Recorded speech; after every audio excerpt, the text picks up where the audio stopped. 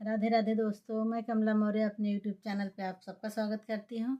दोस्तों एक कजरी लेके आई हूँ रोहित का। कैसा लगा आप लोग कमेंट के माध्यम से ज़रूर बताना। नगवा डसले बाटे रोहित के फुलवरिया में, काशी बीच सहरिया में ना। नगवा डसले बाटे रोहित के फुलवरिया में, काशी बीच नगरिया में ना। रोहित तोड़े गैले फूल, नगवा डसले बाजरूर। रोहित तोड़े गैले फूल, नगवा डसले बाजरूर। रोहित गिरले बाटे पुलवन के अरिया में, काशी बीच नगरिया में ना। रोहित गिरले बाटे पुलवा के अरिया में, काशी बीच नगरिया में ना। नगवा डसले बाटे रोहित के फुलवरिया में, काशी बीच सहरिया में ना। तारा बिलख बिलख के रोवे, अपने आंसुओं से मुख धोए। तारा बिलख बिलख के रोवे, अपने आंसुओं से मुँह धोवे। अपने लाल को लेकर रोती भर अकवरिया में, काशी बीच नगरिया में ना।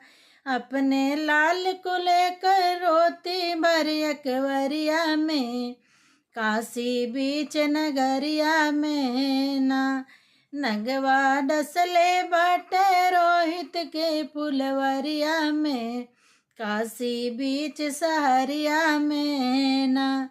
नगवा डसले बाटे रोहित के फुलवरिया में, काशी बीच नगरिया में ना।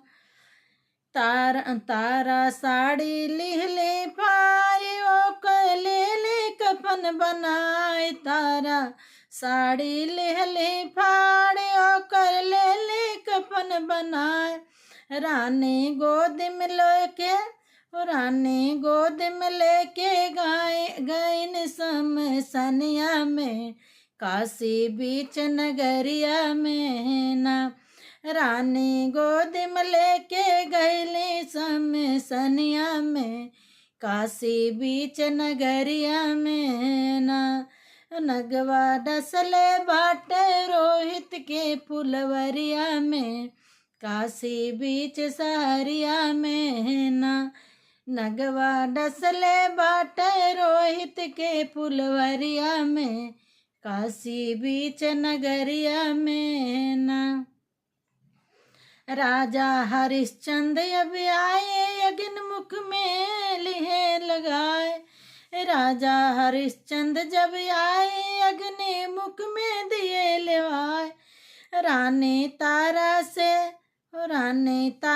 से कर मांगे हैं समसनिया में, काशी बीच नगरिया में ना। रानी तारा से कर मांगे हैं समसनिया में, काशी बीच नगरिया में ना। नगवा डसले बाटे रोहित के फुलवरिया में, काशी बीच सहरिया में ना। नगवा डसले बाटे रोहित के फुलवरिया में, काशी बीच नगरिया में ना। राजा हरिश्चंद्र के दान जाने सारा जग जहान। राजा हरिश्चंद्र के दान जाने सारा जग जहान। आंचल फाड़ के दिहले चर्चा भइल सहरिया में, काशी बीच नगरिया में ना। आंचल फाड़ के दिहले चर्चा भइल सहरिया में, काशी बीच नगरिया में ना। नगवा डसले बाटे रोहित के फुलवरिया में, काशी बीच सहरिया में ना। नगवा डसले बाटे रोहित के फुलवरिया में, काशी बीच नगरिया में ना रोहित तोड़ गईले फूल नगवा डसले बा जरूर। रोहित तोड़ गईले फूल नगवा डसले बा जरूर।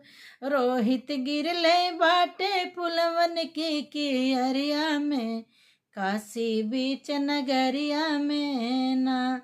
रोहित गिरले बाटे फुलवन की कियरिया में काशी बीच सहरिया में ना।